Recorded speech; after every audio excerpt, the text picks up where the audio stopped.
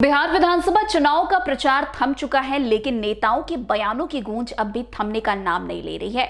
मंचों से उतर चुके नेता अब माइक छोड़कर मिजाज में बयानबाजी कर चुके हैं। इसी कड़ी में केंद्रीय मंत्री और लोजपा रामविलास के अध्यक्ष चिराग पासवान ने भी अपने अंदाज में चुनावी माहौल में तड़का लगा दिया है। उन्होंने कहा है कि एनडीए की जीत तय है और बिहार में फिर नीतीश कुमार ही मुख्यमंत्री होंगे। Glow that feels light, stay bright. इतना आत्मविश्वास जैसे रिजल्ट आने से पहले ही विजयी तिलक लगा लिया हो। चिराग ने तेजस्वी यादव पर निशाना साधते हुए कहा कि झूठ बोलने और सपने देखने में क्या जाता है। मतलब साफ है कि तेजस्वी को सपनों में मुख्यमंत्री की उपाधि वो मुफ्त में दे चुके हैं। चिराग के मुताबिक महागठबंधन के पास एजेंडा कम है और कल्पनाएं ज्यादा है। उन्होंने कहा कि विपक्ष बस हवा में बातें कर रहा है, जबकि एनडीए जमीन पर काम कर रही है। अब जनता को तय करना है कि कौन हवा में उड़ रहा है और कौन जमीन पर दौड़ रहा है। वैसे चिराग पासवान ने इस बार एनडीए की जीत पर 100% भरोसा जताया है।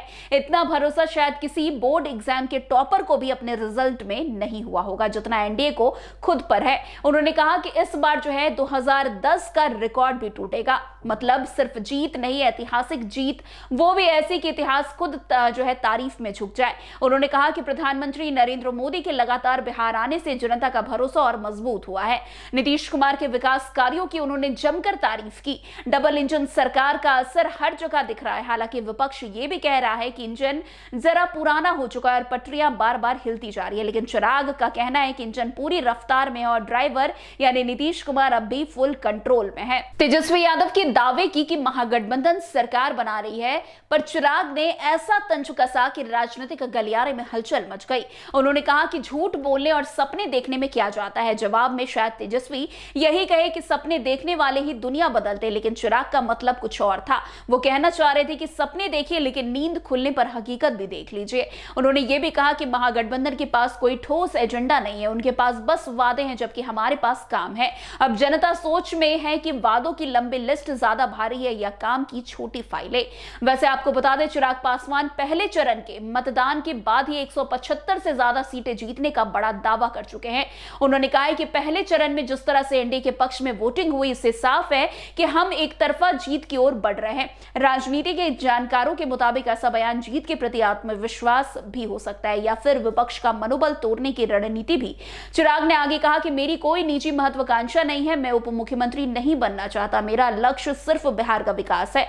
बयान सुनकर कई लोगों ने मुस्कुराते हुए कहा कि राजनीति में जब कोई ये कहे कि मुझे पद नहीं चाहिए, समझिए कि अगला कदम उसी पद की सीढ़ी की ओर होता है।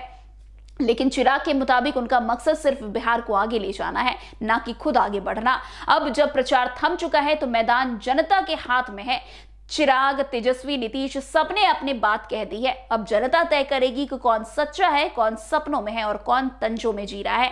चिराग पासवान के बयान से साफ है कि एनडीए अपनी जीत को लेकर ना सिर्फ आश्वस्त है, बल्कि जश्न का मन भी बना चुका है। बस रिजल्ट की तारीख बाकी है। जो उन्होंने कहा है कि नीतीश कुमार ही मुख्यमंत्री होंगे। खैर, कुल मिलाकर चिराग पासवान का यह बयान एक तरफ आत्मविश्वास से भरा दर्शाता है तो दूसरी तरफ राजनीतिक व्यंग का नमूना भी। उन्होंने तेजस्वी यादव के सपनों पर भी तंज किया, लेकिन खुद भी एक बड़े सपने यानी कि एनडीए की ऐतिहासिक जीत देख रहे हैं। अब देखना यह होगा कि 10 नवंबर को कौन सा सपना साकार होता है, तेजस्वी का नया बिहार वाला सपना या चिराग पासवान का डबल इंजन वाला भरोसा। ये तो वक्त बताएगा। तो आज की इस खबर में बस इतना ही। अन्य खबरों में हमारे साथ ऐसे आगे बने रहे और देखते रहे। तब तक एनबीसी 24। धन्यवाद।